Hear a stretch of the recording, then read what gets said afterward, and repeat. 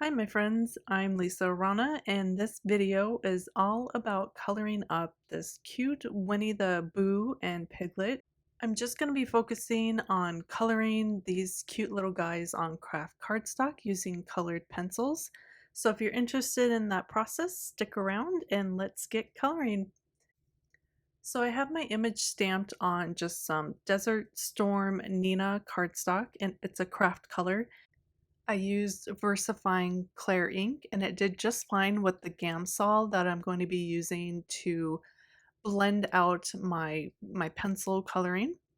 I pulled out a bunch of colors that I thought I would use for this card. I just kind of like to pull out the families and then I'll use whatever inspires me as I go along. Sometimes I don't really know what I'm going to do yet, but I'll just pull those out and that gets me started in my process. So let's start off with our Pooh Bear. I'm using a darker color of yellow. I'm going to list all my colors down below in my description of the video or on my blog post. I'm not going to name them as I go along because I can't exactly remember, but you'll know what colors I used for each area of my stamp. So I started out with a bit of a darker, flatter tone of yellow for my shading, and then I went over it with a bit of a brighter yellow. I'm going to blend all that out with some Gansol. And this is a blending stump. You can get them anywhere. You can get them at Michael's, online, lots of places. They're pretty easy and to find, and they're in the artist section. A little goes a long way, and I just kind of rub it over the top of my pencil, and that will kind of smooth it out and blend them together.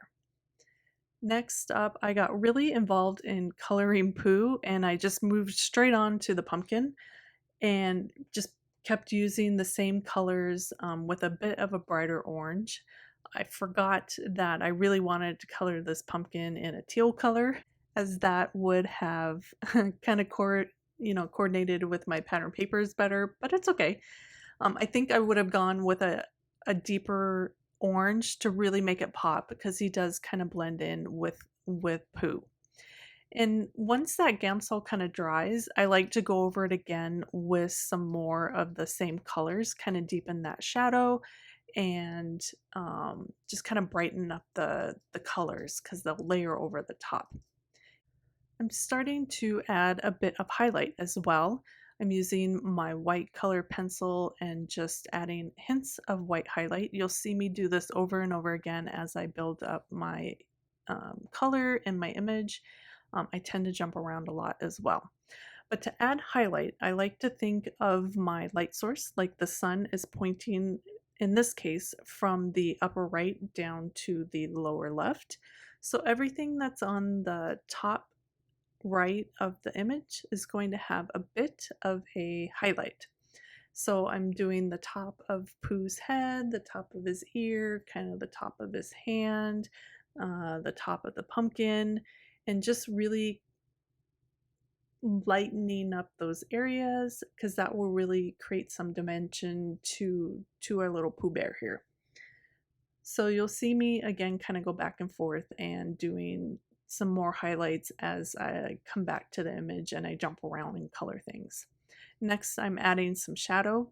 And shadows are basically the opposite of your highlight. So we're going to be looking at the bottom left of our image, and anything that sits behind something else will have a bit of shadow to it. I do not use Gamsol on every layer of color just because I like the dimension that it'll create. So it's really up to you on what you're looking for, if you want a nice soft blended color or if you want a little bit more contrast. Next up, I moved on to his sweet little wings. I have this idea of like fairy wings or iridescent, bees and flies kind of have that iridescent look. I was inspired by my teammate Julissa. She did some beautiful bubble coloring on a bubble stamp that Unity released recently, and that just kind of sparked this idea of iridescent bubble wings. So that's what I'm starting to do with Pooh's wings here. I picked out a variety of blue, purple, pink, and a little bit yellow and just drawing on some lines, and then I'm going to use that Gamsol to kind of soften it up and blend those together. And I'm gonna let this dry. The Gamsol kind of leaves a darkness to the paper, so I want to see what the colors look like before I move on to working on those again. Next, I moved on to Little Piglet in his pink colors, and you'll just see me layering again, starting with the light, adding a bit of shadow with a mid-tone, and then I'm using a little bit of gray to really add shadow to his arms and his legs and anything that's, in this case, in the bottom right of Little Piglet here. Again, I'm still envisioning that light source coming from the top right, so we're going to add some highlights to him as well.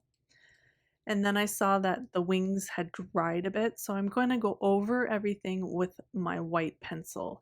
And it just really kind of pops. I love how this turned out. It kind of looks like bubbles, but it looks like an iridescent wing to me.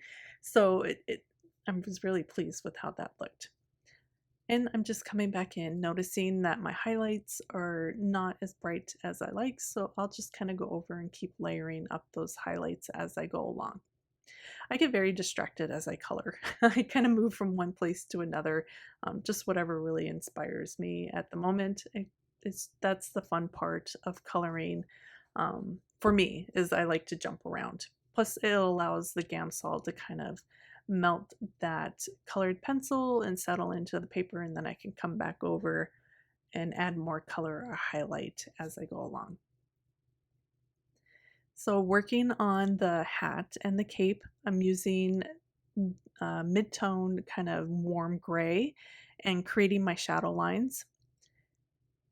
I forgot his little ear, so just getting that filled in since I noticed that. And then coming back with a light warm gray for my highlight around the witch. I've started to add my shadows not quite on the edge of the image, but just slightly offset a little bit. That way I can have a little bit of highlight towards the edge of the image. Creates a little bit more dimension. And I'm just doing a mixture of that warm gray in two tones and then black as well. And the black is the darkest shadow. And that's really going to help everything pop. And I just love this little witch, Piglet as a witch. That's so fun. And last, coming in with my white gel pen and really going over that warm gray and remembering my highlights again, coming from the top right and just really highlighting and creating a lot of dimension to our image. I can't help it. I got to go back over and add some more white and really make those highlights pop, even on the top of Little Piglet's cheeks. Next, I'm going to work on the background. I really wanted a spooky, smoky background for our Halloween image. Again, I'm using that shadow. It's going to be everything to the bottom left of the image. That's where I'm focusing the darkness, or the most dark. I don't know how to say that. That's silly. I'm focusing the dark shadow on the left side of the image. And I'm just going to come in and scribble this on. I like the texture of the scribbling. We will smooth it out with the Gamsol and kind of create a more smoky look, but I'm doing a mixture of both black and that darker warm gray. And then coming in with that Gamsol and kind of blending it out and softening up those edges.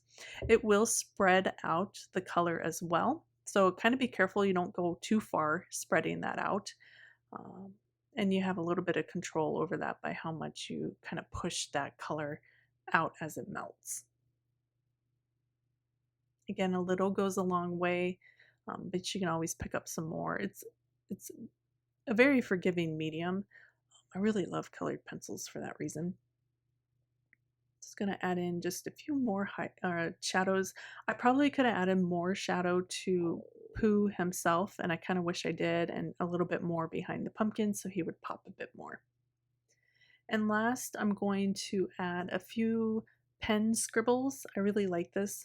If you keep your stamped image in your MISTI and don't move anything, you can go back over and restamp over that image.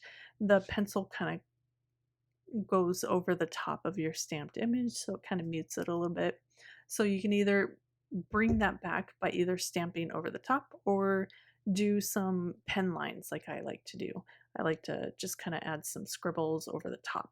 It does tend to pick up that waxy pencil, so you'll see me scribbling off that waxiness onto a scrap piece of paper, and then I'll just keep adding little scribble lines and accents as I go along.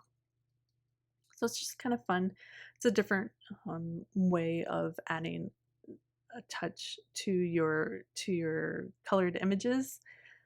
Not everybody feels comfortable doing this, so just restamping your image really helps that image pop again over the top of the color. Perfect. And now I'm just adding kind of like ground images. And here is the final look. I really love how this turned out. I love the waxy feel. It really goes with the vintage postcard style that I had going on with the card. Thank you so much for joining me for this coloring video. I hope you learned something. Of course, if you have any questions or sweet comment, post below. I'll see you again soon for another video. Bye.